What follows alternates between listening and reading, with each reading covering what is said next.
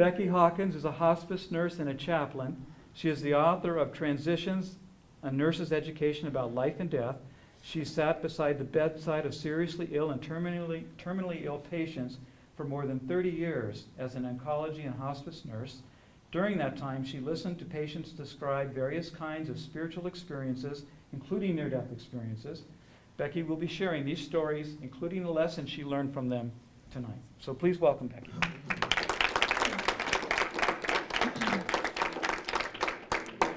Thank you, David. I'm thrilled to be here. It's such a gift. When he was talking earlier about how, how did you find us, and how did you connect? It just reminds you that there's so much more going on than meets the eye about how these supposedly coincidences happen. Actually, I think there's much more behind that. Let me just share with you a little bit about me. I do want to thank David for this opportunity to be here. I did email him and just happened to say I thought maybe I could just meet him while I was here in Sedona visiting my precious friend Dorothy. And he sent an email right back and said, could you speak? So this is just another one of those things that just worked out, and I'm just really tickled to be here and be with you. My first exposure to nursing was when I was 19 years old, looking for a job 6 weeks after the birth of our daughter. The only job available in the newspaper ads was as a nurse's aide in a nursing home. Why not? I thought, let's go try it. It was the hardest, least paying job I've ever had in my life, and I fell in love with it. I fell in love with those patients and the stories that they were sharing with me, and it was my first exposure to seeing people die. That was when and where I decided that I wanted to go to nursing school someday. Didn't have any money. It took me 7 years before I could get to go to nursing school to become a registered nurse. I graduated in 1980, and my first job was at a big hospital in Tulsa, Oklahoma, on their brand new oncology ward. Again, I fell in love with the patients and their families. It was very, very hard work, and I couldn't believe at first I was getting paid, but that wore off. Over the years, I worked with oncology patients, outpatient oncology, hospice, home health hospice. I took 2 years of training and became a hospice chaplain and a hospice volunteer, and now I'm retired and I just visit people. Early in my career, while I was working on that oncology ward one evening, I lost 3 patients. When I got home, I was trying to tell my husband about it. There were so many emotions that I was trying to deal with. I didn't know quite what to do. He said, why don't you write that down? Because I don't think I want to hear all that stuff. He said, and maybe it'll help you with your emotions. He said, just write that down. So early on, I started writing. I visited our local newspaper office, talked to the editor, and said, what do you think? Could someone else use some of this information? And he goes, yeah. He said, can you write one every week? And I said, sure. My first article was in May of 1986, and I write one every week to this day. Now I have 30 years of these memories in my office at home. So I turned 60 last year, and my husband said, maybe you ought to write a book before you forget how to do that. He's always good for ideas. And I said, well, I don't know how a person could go to a Tom Bird seminar and write a book in 5 days. And he said, you're not going to know till you go and find out. And I did. I wrote my book in 5 days because what he told us was bring it up from your heart, not just from your head, and it will come, and you can birth that book.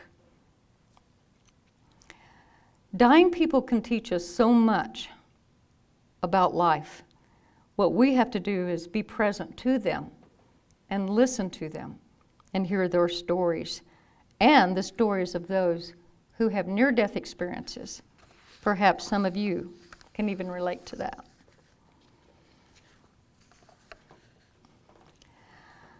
I was fascinated with the near-death experience stories of those first books that David was talking about when they were coming out by Dr. Raymond Moody, Dan M. Brinkley, Betty Eady. And I can remember reading them without stopping. I could not put it down. I wanted to keep reading and hear more and more. Why? These stories and those books gave me new hope, an added hope to my faith, because I had been at so many bedsides where sometimes some of these people did not have hope and were very, very frightened about the thought of dying. Where was I escorting them to? Because I have shared with many people that I feel like a midwife to the other side. I'm not pushing, I'm not forcing, but being present to them in that process. And I count it a huge honor because it's the holiest ground I've ever stood on, being with these people. And just like David mentioned earlier too, they come from all backgrounds, all faiths. Some were Amish, some were Catholic, some were agnostic, some were Baptist. And as I say in my book, where was I helping them go to? Really? When working with those in the nursing home in 1971, I was 19, uneducated, inexperienced, and horrified each time I lost a patient, and would cry. They would find me in the mop closet. Becky, you can come out now. And I got to the point, though, that I didn't run from death anymore, but I ran toward it. When I was working in a psychiatric ward as a nurse's student 7 years later, I took care of a gentleman one day who was diagnosed as manic depressive back then. He had lung cancer, and he was scheduled to have surgery the next day to see if they could remove some of the tumors. He was wild. He was so funny. He looked like Willie Nelson. He had long hair, pulled back, thin, rough, tough looking, and ranting and raving and running up and down the hallway screaming, "Praise God, glory be to God, I'm going to heaven tomorrow. Give Oral Roberts all your money." And just back and forth. He was just all over the place, just carrying on. And they said, "We want you to go trim his toenails." I said, "What?" "I don't even know if I can catch his toes." They said, "Well, we want you to go in there because he needs to have that done before he goes to surgery." I said, "I'm getting ready to graduate from nursing school. You want me to go trim somebody's toenails?" And they said, "Yeah, we do." Well, you learn a lot when you learn to be humble. So I talked the little fella into calming down just a little bit, got him in the chair, got this stuff that I needed, sudged up his feet. He's still ranting and raving. He's still praising God and wanting everybody to give their money to Oral Roberts. And I'm soaping him up. This was the old days, the long wards where the beds were lined up. VA hospital. Different ones, different diagnosis. I'm taking care of him, and in walks one of his buddies who is a paranoid schizophrenic. And my patient says to him, "Hey, where you been? What have you been doing? What are you going? What's going on? What's happening?" They don't want you to ask them that stuff. And so he walks over to my patient, hits him right between the eyes, right here. It wasn't funny, but at the time, blood is going everywhere. I got under the first bed I could find, and I started screaming, "Help!" For the orderlies to come and get me and come and rescue me, because I thought, I'm going to die here trying to trim somebody's toenails. This isn't pretty. This isn't what I was planning on. Well, my little patient is screaming too. He's carrying on, and just screaming for help. And the orderlies come in and they get the poor little confused guy and take him off. And my patient's sitting there, and he goes, "Well, thanks be to God. The little nurse was screaming and saved my life. Glory be to God. Give all your money to Oral Roberts." So my supervisor walks in and she goes, "Becky, you can come out now." So I crawled out from under the bed and sat with my patient and visited with him some more. When I got back to the hospital room where we were having our little nurses meeting, my supervisor said to me, "Did you learn anything today?" And I said, "Yes, ma'am, I did." She said, "Okay." I said, "Can I go early tomorrow morning and pray with him before he has surgery? I think he's kind of into prayer." And she said, "Yes, get permission and you can go." So I went, and he'd had his medication, and he was calmed down a little bit. And I said a prayer with him and went to do my work and came back after his surgery to go to ICU and check on him. I couldn't find him. And so I went to the nurse's desk and I told them who I was looking for, and they said, "Sweetheart, he died in surgery." He wasn't crazy. He knew what he was hearing.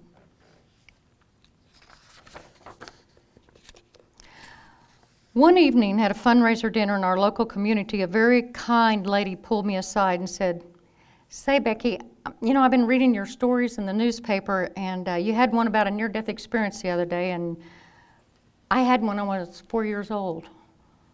Will you call me so we can get together and talk about it?" So I did, and I went to her home and visited with her. We sat down at her kitchen table. Beautiful woman in her 70s, very strong, very positive, very precious. She said, "Well, I was 4 years old and I had polio. I was in the hospital in the children's ward, hospital in Tulsa. There again, many, many, many years ago, the beds were lined up." She said there were little white metal beds lined up. She said, "I was in so much pain. I didn't think I could stand it." And her father was at her bedside with her, and she saw the nuns and watched them going up and down the hallways to take care of the children.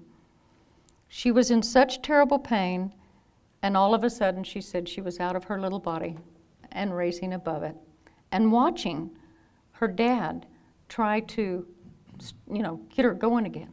He was concerned. He could tell she wasn't breathing anymore. And she said, "Becky, I was in the most beautiful place." She said it was all light and it was bright, and I was surrounded like it was a cocoon of warmth, and I was not hurting anymore. There was no more pain. And she said, "I saw the nuns come from the other end of the hall, rushing towards my body."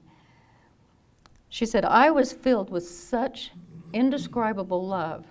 I cannot find a word to tell you what it was like. There was so much peace. But I could see my father's anguish at the thought of losing me.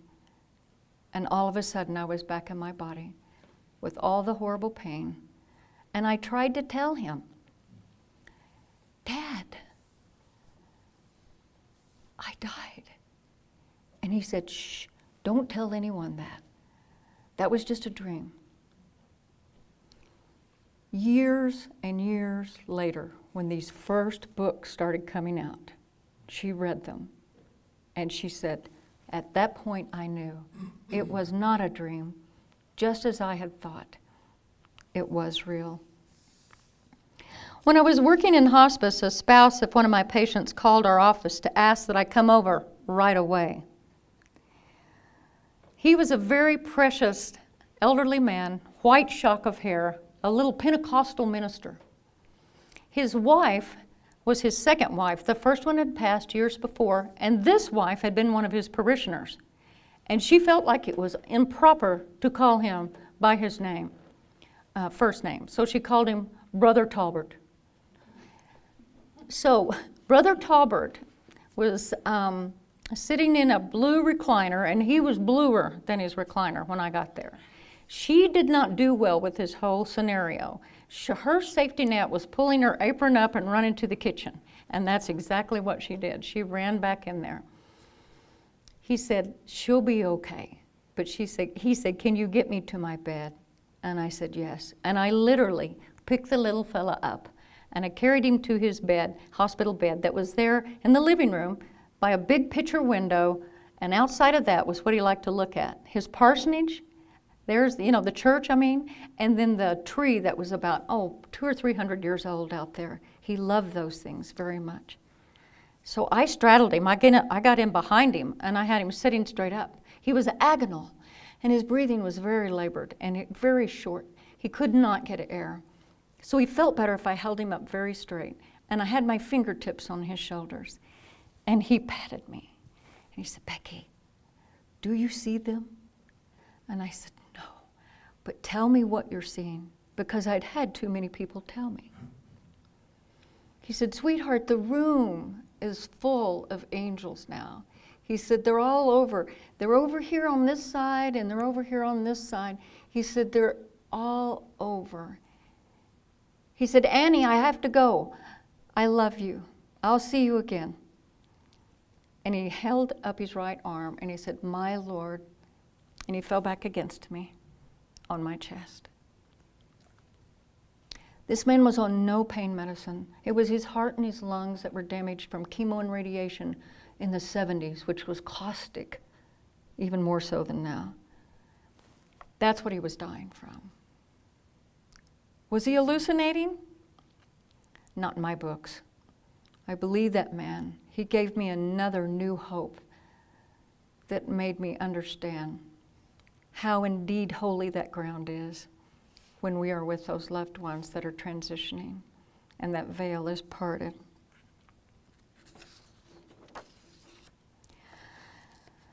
One day I was assigned to go see a lady who had been admitted into our hospice program after leaving ICU. She was another cutie. She lived in a house that had red shutters and pink painted on the trim, and there was flowers, pink and red flowers, going up the sidewalk to the house. She, when I found her inside there, she was sitting in a rocker that was pink flowered covered, and she had a lot of things surrounding her. But before we could do any paperwork or anything, she said, now listen here, we got to have a talk. She said, they brought me home from ICU, and I've been at Heaven's Gate 3 times, and they shocked the snot out of me all 3 times and brought me back. She said, if you try to lay a hand on me when I start to pass, I promise you I'm going to haunt you when I do get to die. She said, don't be doing that. She said, if I have to, I'm old, but I'll get DNR tattooed across my chest. I said, sweetheart, it's okay. I believe you. We're going to help you. We're going to assist you. We're not going to try to keep you here. She said, all right, then we can talk. But it was very important to her that no one try to rescue her again. She said, you know, I'm 82 years old. My heart's failing. I'm not going to get a heart transplant, and it's okay to go. My husband went on ahead of me. I'm ready to go. Let me go. She said, you wouldn't believe the music I was hearing. You wouldn't believe the light. You wouldn't believe the love and the peace. She said, don't do that to me. And I said, we won't. She said, okay, now let's talk about what we will do today. She said, while I'm sitting here, she had a full bodice apron on. Guess what color it was?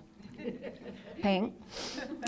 And she was going through boxes of stuff, and she was labeling some beautiful china, some depression glass, Roseville pottery, all this stuff, putting her nieces and nephews' names on it.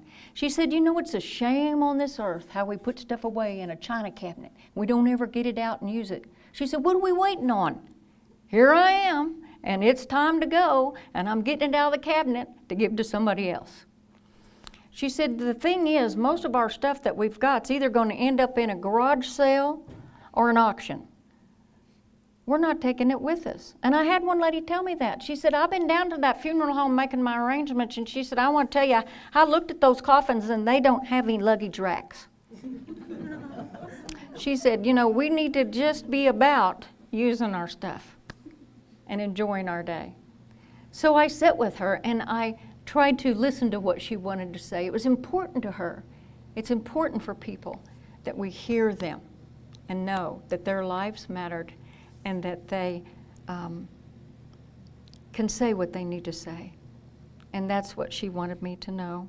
It was a joy. I had decided when I was going to go back the next day that I was going to cut some of those pretty pink and red flowers and put in one of those beautiful vases for her as she continued to go through stuff. But her neighbor met me at the door when I got there.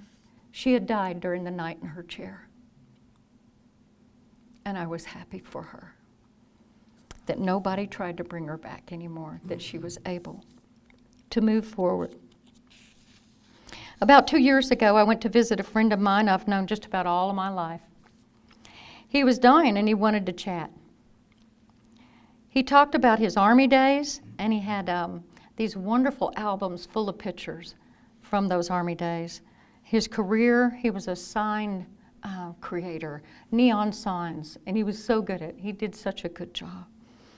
His family, and then he turned to me and he said, "You know, Becky, I am not afraid to die." Anytime anybody says that to me, I'm curious to know why. I said, "Really? Why? How come?" I asked that in all sincerity. He said, "Well, because I've already done that." And I said, "Oh, you have?" I said, "Let me hear your story."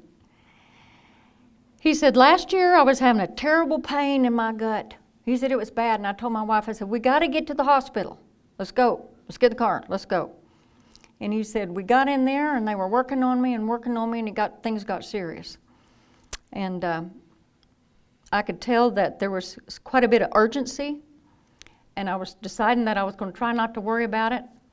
All of a sudden, he said, I was out of my body, and I was sliding down this beautiful slide, and all of this beautiful blue, watery-like stuff was around me, swirling around, and he said it was peaceful, didn't have the pain in my gut anymore. He said it was just wonderful, and I was just feeling all of this love and this peace and this joy and everything, and he said, I heard my wife's voice. "Honey, please don't leave me yet. Please." He said, I turned myself over, and I grabbed a hold, and I pulled myself back up, and there I was, back in that ER, and they were working on me again. He said, "Don't you think that's strange? I never did really leave that ER, did I?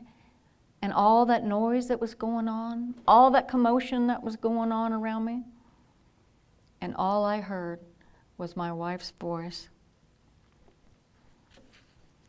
I want to read a story to you out of my book, one of them, about a little fellow that was a real treat. The title of this is called "Feeling Like $1,000,000." It was so hot that summer that grasshoppers were committing suicide, throwing themselves onto the blistering pavement and looking like their own version of popcorn shrimp. I loaded my car with sweat running down my back. Gross. I was trying to remember all that Larry needed: blue pads for the bed, Foley catheter, draw sheets, anything that he needed to help make him more comfortable, patches for a bed sore that was starting to appear on his tailbone. And walking from my car to his front steps, I heard the sound of crunching gravel. But there was no gravel, it was the grass. So very dry. I let myself inside and hollered my arrival. "Larry, it's me. I'm back." He said, come on in here, sis. Come in here and sit down. Put all that stuff down on that card table. My daughter brought me over here yesterday. She was tired of trying to balance everything on that top of that chest of drawers. And I'm feeling like $1,000,000. Sis, I tell you what, you check my blood pressure and I bet it's perfect. I, however, was eyeballing his urine drainage bag. It was dark red. "Now, sis, I see you peering around to see my pee bag, but not to worry, my dear. I'm telling you, I really feel great." I started digging out the blood pressure cuff to see if his blood pressure was probably rapidly falling, and put his cold, bony black and blue hand, he did, on my forearm, and he said, would you please just stop here just a minute and sit down? I'm trying to talk to you." "What is it? What are you trying to say, Larry?" I earnestly asked while putting everything down, sitting in the metal folding chair that a neighbor had brought by. He started smiling from ear to ear. "Wait till I tell you this." He said, "My mother came to see me last night." I said, "She did?" I said, "How old is she? You're 80-something. He said, "She's been dead for 10 years. He said, "She came and she said, 'Sonny boy, I'm going to help you. You're going to be dying before long, and I don't want you to be afraid. I'm going to be right here. I'm going to help you cross over, so you don't have to worry about that.'" And he was pointing to the corner of the room where he had seen her. "Then what?" I asked, getting even closer to him, not wanting to miss a word. Well, there were two white figures on either side of her. I said, were they angels? And he goes, well, I don't know. They didn't have wings, but they was white. He said, they were with her. They were nice looking, though. He was a mess. He said, I asked her, Mother, am I dying now? No, sonny boy, not yet, but soon, and I'll be with you. He said, you know, that light began to fade a little bit then, and she was gone. They were all gone. But I tell you what, he said, I believe with all my heart that she'll be here. And he said, see, that's why I feel like $1,000,000 today. He said, it doesn't matter what you see in that bag. And it doesn't matter what my blood pressure is anymore. It's okay. Why don't you put your nurse's bag down and just sit with me for a little bit? He said, I think I'd like that. He said, I just wanted you to know. He said, but I prefer you don't tell anybody while I'm still alive. They'll think I'm crackers. He said, I don't want anyone coming in here and trying to tell me I was hallucinating. And you don't need to keep putting that salve on my elbows either. And you can carry all that other stuff back too. And then we both started laughing and grinning, little crying. And I called the next morning to get my assignments, and my supervisor told me, Larry passed away last night. And you can't tell me that his mother wasn't right there with him. Sometimes when I'm able, I try to go with my sweet husband on one of his continuing education trips. A little over a year ago, he had one in Albuquerque. I like Albuquerque. And I stationed myself in the restaurant of a hotel to watch people. My good friend Dorothy can tell you, I like to talk to strangers.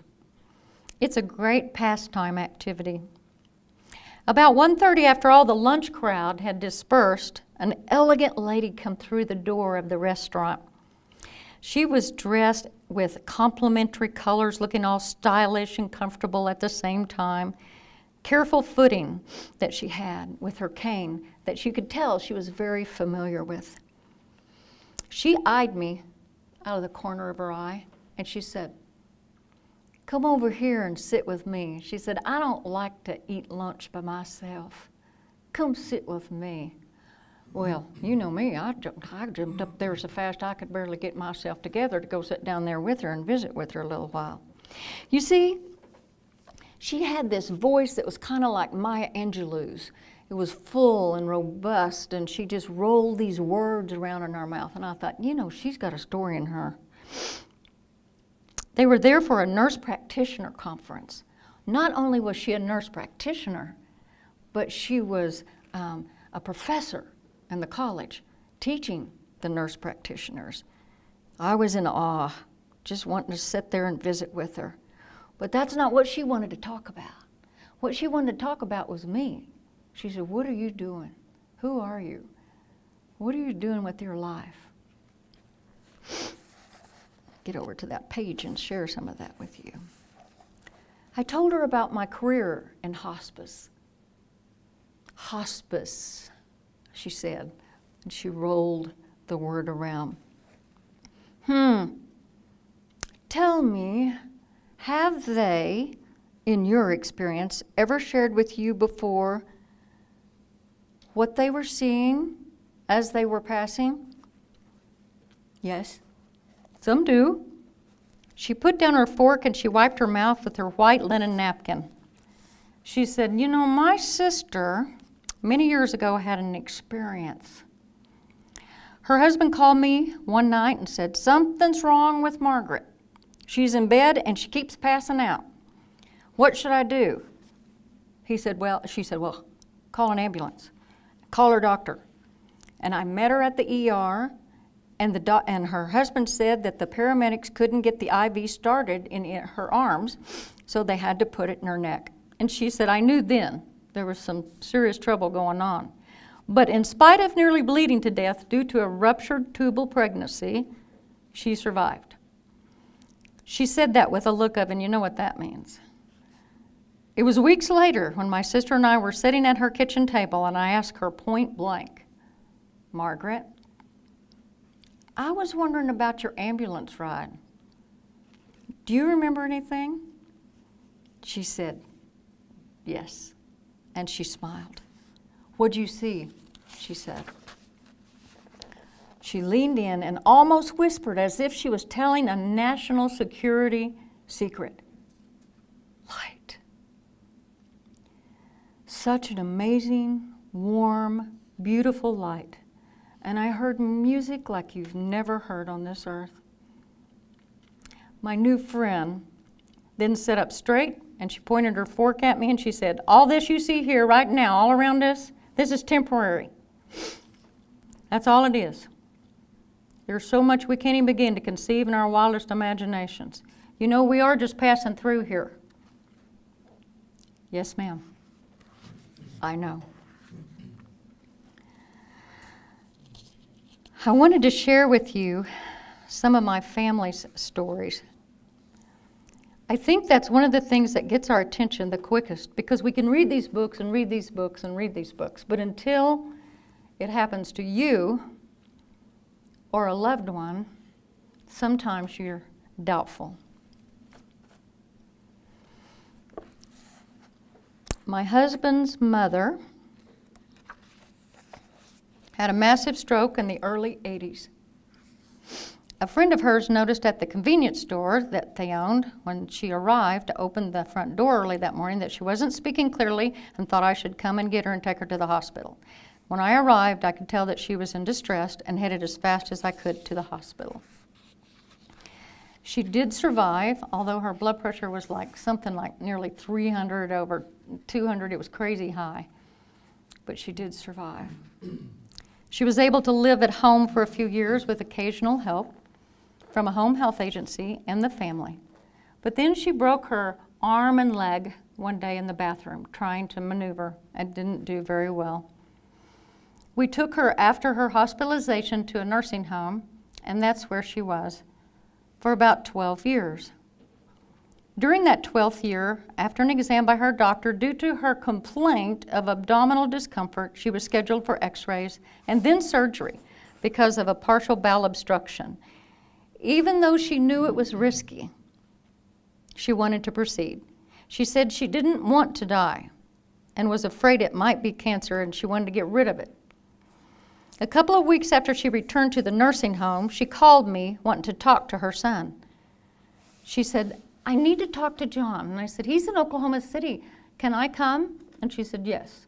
So I went and I sat on the arm of her chair. My daughter had named her Ninny when she was a little girl. And I said, Ninny, tell me, what is it that you need to say? She said, I died when I was in the hospital. I said, you did? I said, what did you see? She said, well, I was in that surgery room, and all of a sudden I was up in the corner over here. And she said, I could hear them, and they were saying, we're losing her, we're losing her. And she said, I could see, she said, I didn't think they were losing me, I was right there. And she said, there was all these instruments, and they were all lined up. She said, I saw where all the instruments were. She named every one that was in that room. Small town, you know all the doctors and nurses. She knew everybody that was in there. And then she started really smiling, and I said, what else did you see? She said, I saw my family. She said, honey, I'm not afraid to die anymore. It's okay. 2 months later, we got a call that she was in respiratory distress. And we rushed to the hospital and into the emergency room. The nurse there said, we need to intubate her. She can't breathe good anymore. She raised up her hand and did like this and looked at me. Because I've been there forever, they know me well enough, and the doctor said, what do you want? I said, I want a private room and oxygen if we need it or want it, and I want the pain medicine if she needs it or wants it. I want the medication to help her not rattle so much if she needs it, and to be alone. And so we did. My husband and myself and his two sisters were there that night. The morning came and she was in a coma. And she slipped away quietly, peacefully, with a smile on her face. What a gift that she was given with that near-death experience just 2 months before. Because from the time she'd had that stroke, 12 years, she was horrified of death. She wasn't afraid anymore.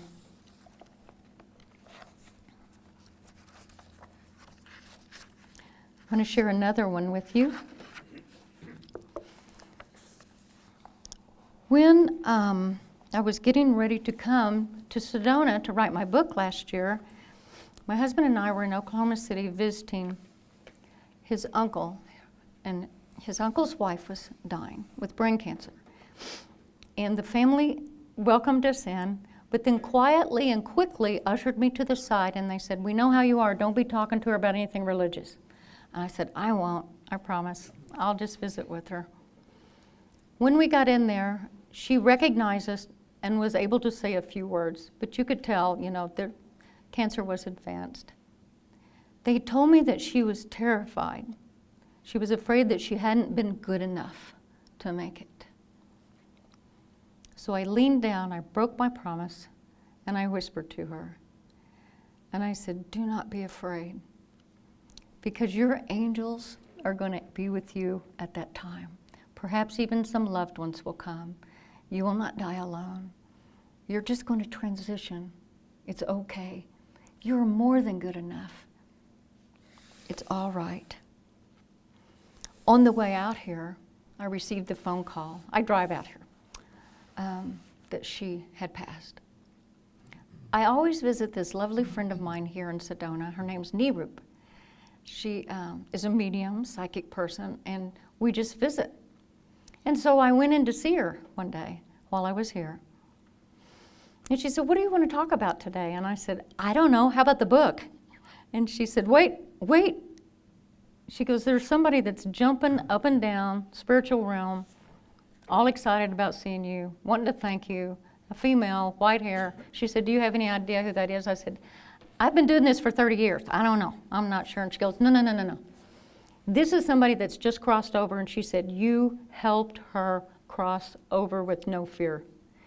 She wants you to know that she wants you to tell the people at home, I made it. I was okay.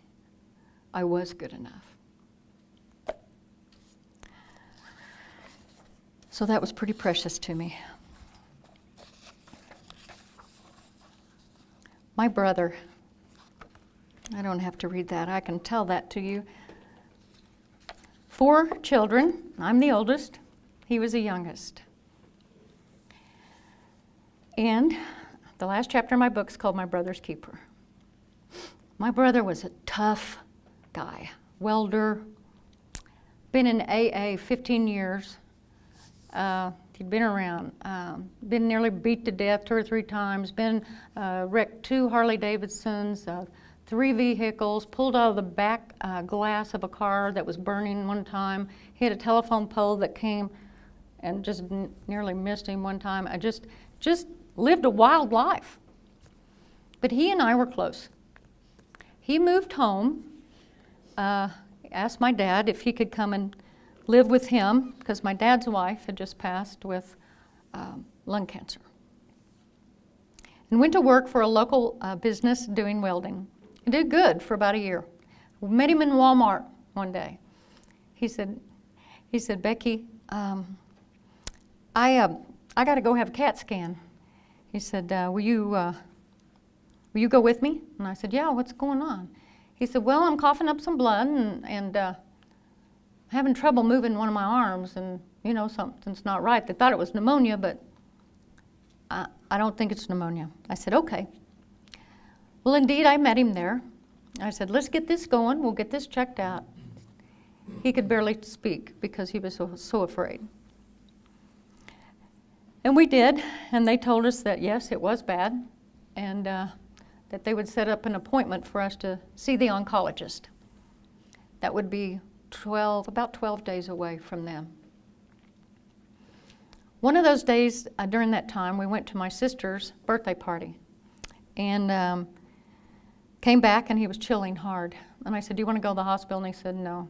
He said, let me sit in Dad's recliner, take some Advil, I'll be okay. If I need you, I'll call you. And no more got home than his name has shown up on my phone, and all I can hear is gasping, gasping, gasping. And I said, I'm on my way. I'm calling an ambulance, I'll be right there. And hung up, called my dad, who was in the other end of the house, and I said, Daddy, get into Jeffrey, he can't breathe. Get him up, hit him on the back, shaking. Could be there's something, occluding his airway passages. When I got there, the ambulance was there. My brother was sitting in the recliner. They were getting ready to load him, and he was purple. He was barely getting any air at all. But they loaded him. They took him to the hospital. We went to Tulsa after that. We were there for 10 days, and that's when we started radiation and chemo. The tumor was wrapped around his aorta, into his lungs, and was all over the place. They said, we cannot save your brother, but we can buy him some time. And my brother said, I want all the time you can give me. I want all the medicine you can give me. I want to do it. I said, okay, let's go. We'll do it. I'll hang with you. We get back home after this hospitalization, and every day with radiation, you got to go every day. And so I'm in the car driving him one day, and he taps me on the shoulder. I about died that night at the house. I said, well, no kidding. You were purple. And he goes, no, I about died. And as soon as he said that, I turned to him and I said, what did you see? He said he was choking. And then all of a sudden, he's up. And he's in this warm, beautiful place. And our mother is approaching him. She died in 2002. And she's on his left side. A friend who committed suicide a year before comes and I was on the right side of him, a dear friend. And my brother knew what was happening, and he said, please, not yet. And my mother said, then breathe, son, breathe.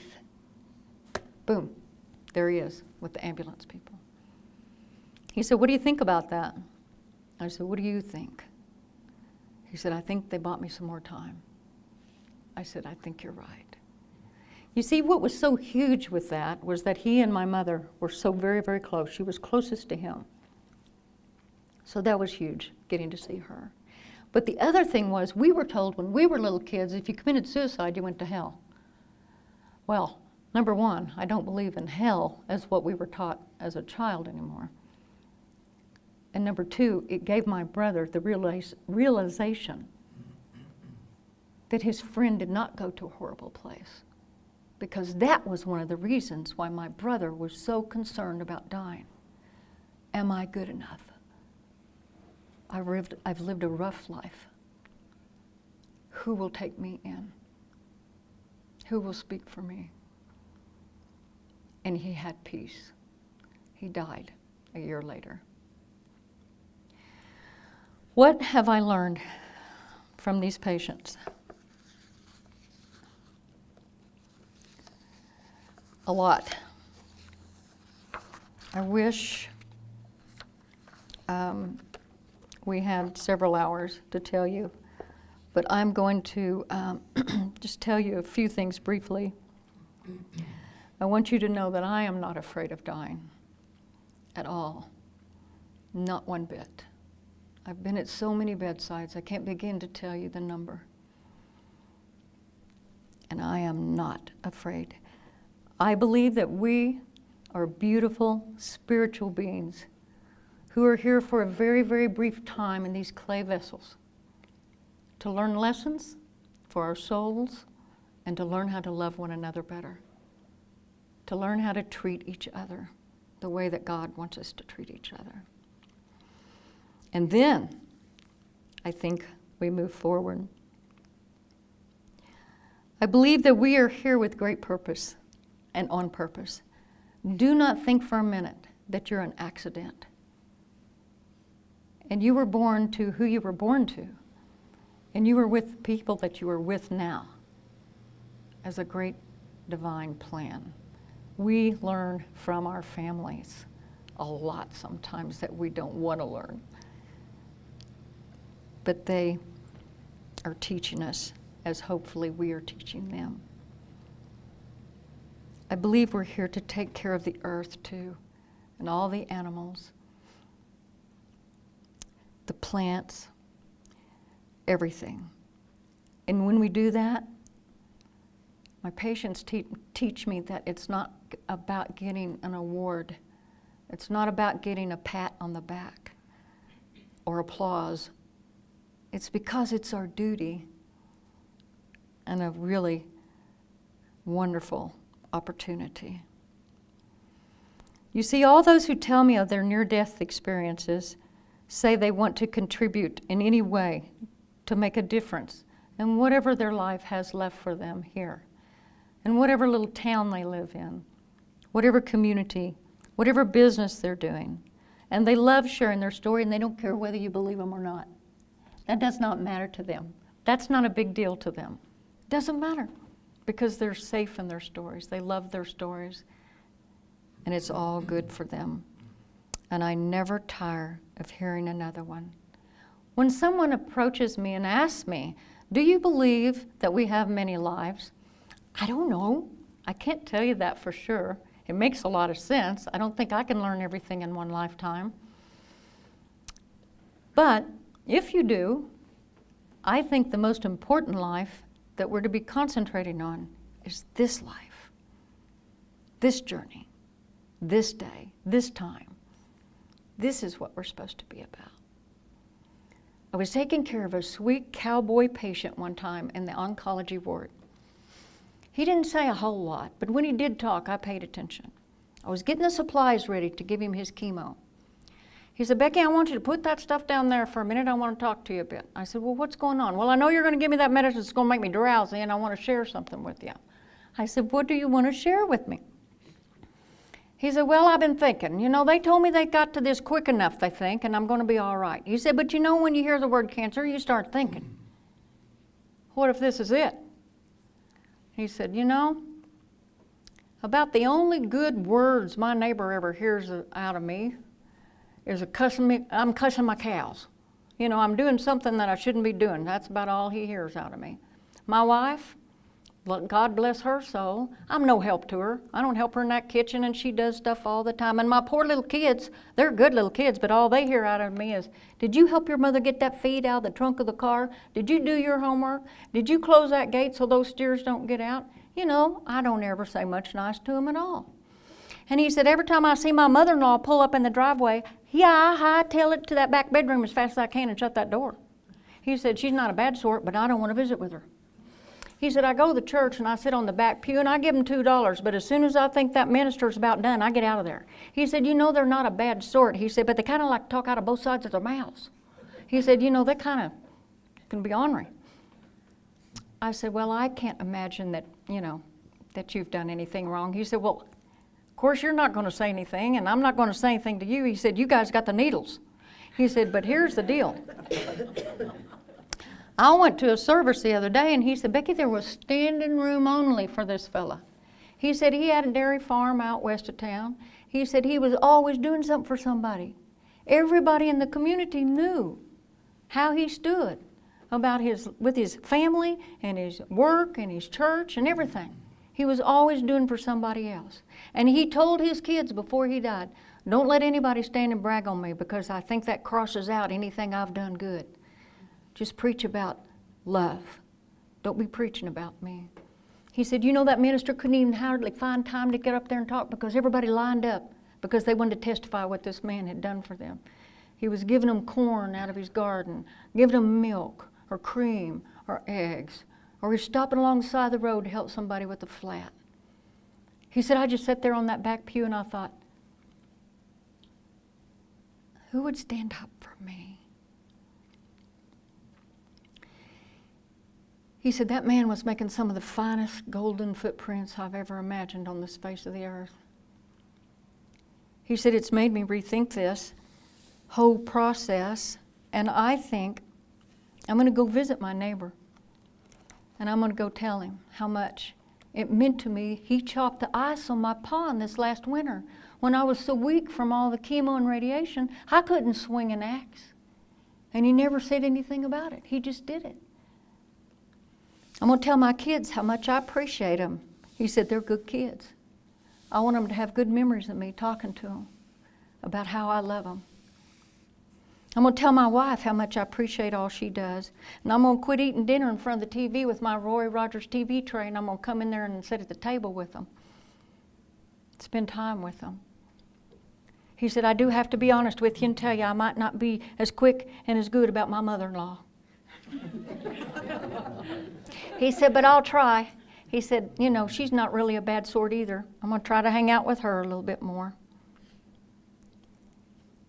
He said, I think it's really important that I give that church $5 instead of $2. And he said, I might let that minister shake my hand. He's not a bad guy either. He said, you know, church isn't for perfect people. He said, you know, in the same pew there might be somebody that's a cussing person and somebody might be a snob. He said, I think that church is for everybody. I said, well, I want to tell you this. You, my friend, have left golden footprints here today. There wasn't a dry eye in my recliners where these people were lined up getting their chemo. Because you see, each one of those people heard him, and it touched them, and it made a difference. He was saying things that a sermon would give to other people. I put the Band-Aid on his hand after taking his IV out. He put his sweat-stained cowboy hat on, and he nodded to each one as he left without saying a word. And he shuffled off in his cowboy boots to the elevator, and he left. You are all precious and beloved. Don't ever forget that. And everything that you do does matter to somebody else. Find out whatever it is that you do well and do it. Give to the world, give to your neighbors, give to others, because you have it within you. Everybody does. That special talent, that special gift. I can't cook. I can barely boil water. But I got 2 sisters that can cook like you can't imagine. And one of them's always baking bread, zucchini bread or something, and taking it to somebody. She doesn't want a pat on the back. She often doesn't even let them know who did it. She's always doing something for somebody else. And the other sister too, same way. Friends that I know that spend all of their time rescuing animals, doing something for some little animal that somebody's dropped off the side of the road. And other people doing other, I love it when people are into recycling. You know, I loved it when I come in here to this church tonight and saw the containers back there. People that care about the earth. People that are brilliant, they can help little kids in school because maybe somebody at home is too tired, too depressed to read to them. Our children need us. Our elderly need us. There's only a few people that are brave enough to go into a nursing home and sit with someone and just be present to them. I don't know what your gift is, but I know that you've got one. This is what I would share with you. Be you. What I want to share with people in this book. Don't be afraid to be your authentic self. I'm pretty goofy and people like me pretty well. Just be yourself. And then don't be afraid when it's time to transition, because that's all you're doing. You're just moving from one area to another. And it's a very, very beautiful, holy time. Now, questions, answers. Anybody want to remark on anything? Yes. I can't hear very well, so speak up. My name is China. I also work in the hospice, and I'm very privileged I have a chance to sit with a lot of patients. Yes. So by listening to what you say, I'm also teaching classes of deaf and dying also Yes. in the Yavapai College right now. Good. So it's really inspiring because I'm also doing research on this topic. But I don't know how can I convey that security, like, to comfort them. They're dying. I think the very most important thing that we do at the bedside, what I've learned from many years of this, is just being present to them and asking them, tell me what you're afraid of. Because some people are afraid that they're not good enough, and then you want to. A good hospice team has a chaplain, has a social worker, has volunteers, has all kinds of people. And a good hospice team should be able to come in and help, work together. Because, you know, what are their fears? Are they afraid of Going to hell? Because some people are afraid of that. Are they afraid that you're not going to be able to alleviate their suffering? You know, there's no reason for anybody to have pain that's not addressed. None. There's plenty of medicine. Don't let any loved one that any of you all have go through that. It's a shame, a tragedy that anyone should go through that. So I find out what they're afraid of, and I gently address it if they are willing to share with me, to try to help them work through that hospice team, to find out what are you afraid of, and then comfort them. Sometimes the most important thing is for them to know that their life has mattered and that they will not be alone, that somebody will be with them. Yeah, and then most of them have dementia. They Yes. cannot really, only Yes. that I can do just there and hold their hands. Yes, because this is another thing that's very, very important. You see, your spirit hears. You can get this from this book, you know, like Anita Marjani's, where she was in a coma and her organs were failing. I mean, she was going fast. She saw her brother get on a plane in India, saw him get on the plane to head her way, heard the doctors that were out in the hallway, that were, it was the doorway divided where no one could have heard. She knew everything that they had said. And what I always tell my families is hearing is the last sense to go. When the people are, you know, in a deep coma and you think, what am I going to say now? It's too late. No, it's not. Even if they have just passed and someone says to you, I'm so sorry, they're gone, they're probably still hanging out there waiting on you. The spirit stays for a while. But these people with dementia, what I would say is keep talking to them because the real them hears you and can convey that message to that person in a place where we can't even see or understand. So I tell people that, Mother, I love you. I'm here for you. I will stay with you. Let me share a story with you about what you did for me when I was 6 years old. I'll never forget that. Thank you. Those are the types of things I try to tell people to do and share. Please, what else? Well, someone else can ask. Oh. No, Becky, repeat the questions if you can.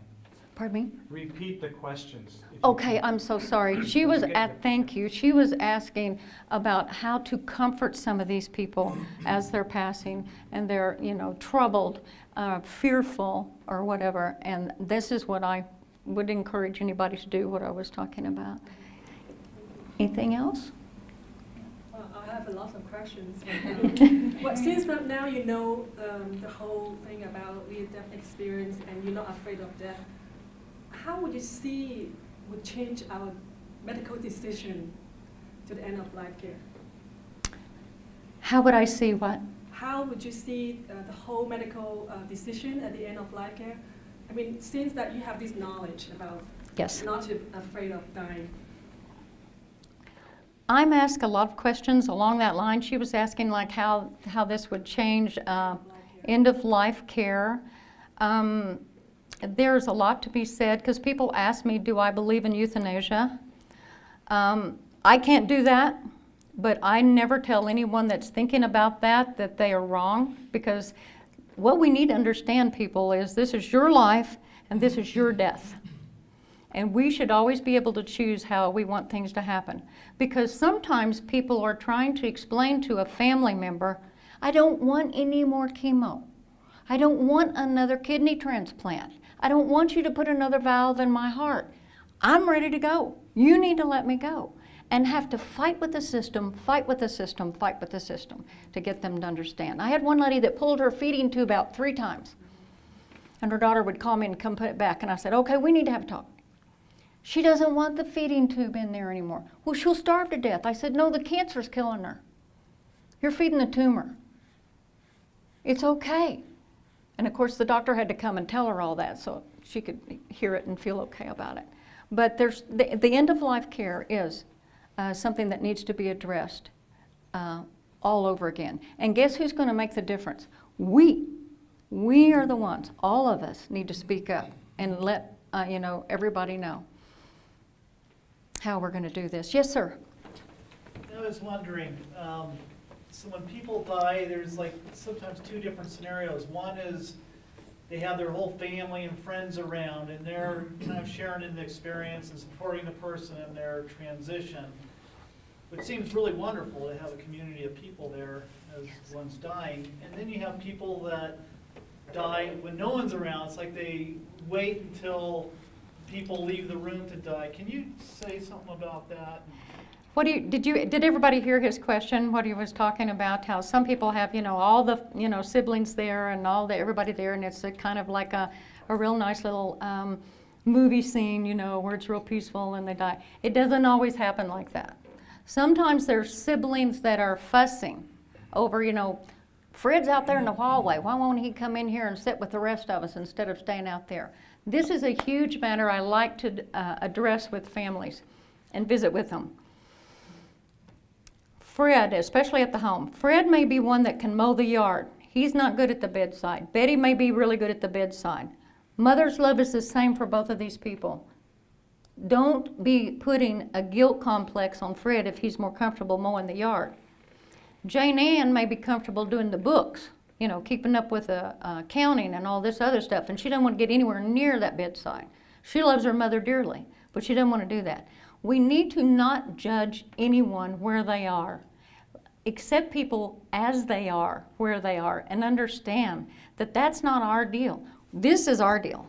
We're to take care of ourselves and what we're doing, how we're standing beside the bed, and not try to say, you're hurting Mother. You're breaking her heart. You have no idea. There's been instances where people have spoken of a brother that's at home and Mother in spirit goes and visits him before she dies. Sees him, and he sees her. And also, what really broke my heart once on the oncology floor, I don't know, I had probably 10 or 12 patients running, giving blood to somebody, packed red blood cells, platelets, whatever, and then high potent antibiotics because of somebody's white counts being so low, introducing someone to chemotherapy for the very first time, and 3 people die. You can't be in every room, but I'm just trying my best to do all of this. And I go in to visit this one lady. No one is with her. And she was so sweet and so precious. I said, I'm so sorry that I'm not able to sit with you. And she said, Becky, those other people need you. I'm fine. I'm really fine. So I would run out and do some more, go back in. She said, you need to quit worrying about me. I'm not alone. Okay. She said, it's okay, sweetheart. I've got people here. I ran out, did some more, and came back in. And she was gone. Broke my heart. But then as I got older, I began to understand that she wasn't alone. That there really was somebody with her. Yes, the scene at home where there's dissension, there's people sometimes fighting over possessions before a person takes their last breath. There's all kinds of scenarios. But this is planet Earth. We're here learning lessons, and these types of things happen. And you just have to understand. Try to observe it without judging anybody where they are, and just, do your deal the best that you can to be present to someone else. That was a good one. Yes, sir. What is an estimated percentage of those who have a negative experience?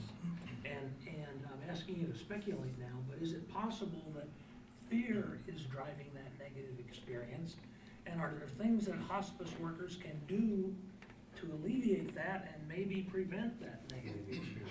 That spoke to her question earlier. Did you all hear his question where he's wanting to talk about, what's the percentage? David can speak to the percentage better than I can. 1 in 5 is the best estimate we have right now. 25%. 1 in 5 people have some kind of distressing near-death experience.